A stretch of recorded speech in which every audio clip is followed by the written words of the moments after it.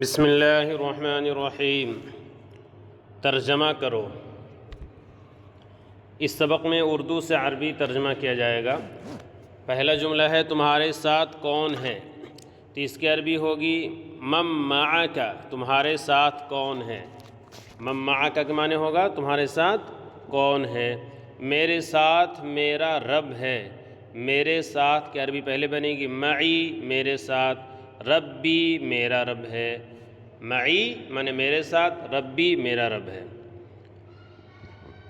میں اللہ کے سامنے کھڑا ہوں۔ انا واقف امام اللہ، میں کی عربی آتی انا، واقف مانے کھڑا اور اللہ مانے اللہ، اللہ کے سامنے مانے امام اللہ۔ انا واقف امام اللہ، اس کے ساتھ اس کا ایمان ہے۔ معہ ایمانہ، معہ ایمانہ، اس کے ساتھ اس کا ایمان ہے، اور میرے ساتھ میرا ایمان ہے۔ ومعی ایمانی، ومعی ایمانی، میرے ساتھ میرا ایمان ہے۔ عمل علم کے لیے ضروری ہے، عمل علم کے لیے ضروری ہے۔ العمل للعمل ضروری، العمل للعلم ضروری، عمل علم کے لیے ضروری ہے۔ تمہارا امتحان کب ہے؟ متی امتحانک، متی امتحانک، متی مانے کب، امتحان مانے امتحان۔ متی امتحانک، تمہارا امتحان کب ہے؟ میرا امتحان تعطیل سے پہلے ہے۔ امتحانی قبل العطلۃ، امتحانی قبل العطلۃ، میرا امتحان چھٹی سے پہلے ہے۔ تعطیل کا معنی آتا ہے چھٹی۔ تمہارا سفر عید کے پہلے ہے یا عید کے بعد؟ سفرک قبل العید او بعدہ، سفرک تمہارا سفر عید سے پہلے ہے، قبل العید یا عید کے بعد، او بعدہ یعنی عید کے بعد۔ زمین کے نیچے کیا ہے؟ ما تحت الارض، زمین کے نیچے کیا ہے؟ اس کے بعد میں ہوں اور میرے بعد تو ہے، اس کے بعد میں ہوں میرے بعد تو ہے۔ بعدہ انا وبعدی انت، بعدہ انا وبعدی انت، اس کے بعد میں ہوں اور میرے بعد تو ہے۔ کیا ہر انسان کے لیے موت ہے؟ اکل انسان موت، کیا ہر انسان کے لیے موت ہے؟ کون سا دین حق ہے؟ ای دین حق، ای دین حق، کون سا دین حق ہے؟ بیچ میں کچھ تھوڑا سا عربی جملہ گیا ہے۔ ھذا جزء اول، یہ پہلا حصہ ہے۔ للہ حمد کثیر، اللہ کے لیے بہت ساری تعریفیں ہیں۔ وَلَہ فضل کبیر، اور اس کے لیے بہت بڑا فضل ہے۔ ھذا درس سہل، یہ سبق آسان ہے۔ اب سوال ہے عربی کے اندر، عربی کے اندر سوال کیا جا رہا ہے۔ هل انت ولد مسلم؟ نعم انا ولد مسلم۔ هل انت ولد مسلم کا جواب کیا ہوگا؟ نعم انا ولد مسلم۔ هل القرآن کتاب مبارک؟ نعم القرآن کتاب مبارک۔ اهو في لسان عربی؟ نعم هو في لسان عربی، نعم هو في لسان عربی۔ هل الشتاء فصل بارد؟ نعم الشتاء فصل بارد۔ هل الصيف فصل حار؟ بہت آسان جواب ہے، نعم الصيف فصل حار۔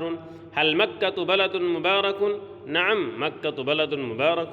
أفي هذا الكتاب منهاج جديد؟ نعم في هذا الكتاب منهاج جديد۔ أفي الماء سمك كثير؟ نعم في الماء سمك كثير۔ هل الببغاء طائر جميل؟ نعم الببغاء طائر جميل۔ آگے جملہ ہے اچھا شہر، مرکب توصیفی ہے۔ اچھا شہر، بلد طیب، اچھا شہر۔ مبارک کتاب، کتاب مبارک۔ ٹھنڈا پانی، ماء بارد۔ عربی قرآن، قرآن عربی۔ عجیب چیز، شیء عجیب۔ نیا طریقہ، منہاج جدید۔ پرانا گھر، بیت قدیم۔ موٹا آدمی، رجل سمین۔ دبلا لڑکا، ولد ہزیل۔ خوبصورت تصویر، رسم جمیل۔ نئی چیز، شیء جدید۔ میٹھا انجیر، تین حلو،